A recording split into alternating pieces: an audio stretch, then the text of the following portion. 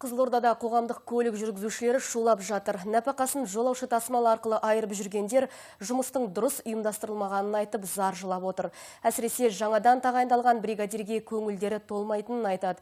Бұған дейін халық қалауымен жұмыстан қуылған адам қалайша қызметіне қайта келіп отыр деп налиды олар. Жанар Піржанова жалғыз басты ана, нөмір 24 бағыттағы қоғамдық көлікте кассир болып жұмыс жасайды. Күнделікті тапқанымыз тамағымызға зорға жетеді.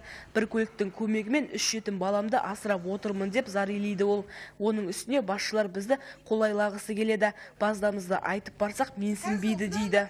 Біз сағат осы жерде 8 шағынан бастап жүрміз, аяғымызды тоздырып, бала шағамызды тастап бозып. Айпайдық аналарындай үлкен кісілер келіп тұр, бастық қолын сілтеп тұрып кетіп баратыр. Дау өткен жылдың желтоқсан айында бастау алған. Өздері қызмет көрсететін бағытқа келген бригадир жұмысты дұрыс ұйымдастырмақ түгілі халықпен санаспайтын жағдайға жетіпті.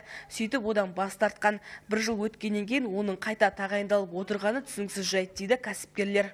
3 машинасының өзін алып кеткен 30-шы маршруттағы бағыттағы маршрутта әкеліп бізге тағы тығып, тағы сендерді істеп қойғандарым бар, өтіп қойғандарым бар деп бізге тағы рұқсатсыз келіп тұр. Бұл білмедім, Пазыл деген кісіге ешқандай тиым жоқ па, әлде бұл жағы бағытта жүрген маршруттағы адамдар ойыншық па? Шағымданушылар бізге құлақ аспаған жағдайда жоғары жаққа шығамыз деп отыр. Ал егер биліктен де қайыр болмаса, ақырғы шараға баруға дайынбыз дейді. 5 литр бензинді алып, үстіме құйып, коллективтің ортасында осы акиматтың алдына барып тұрып телевидение шақырып, соны істейміз дегенбіз. Ал орындалмаған жағдайда сол істелінеді.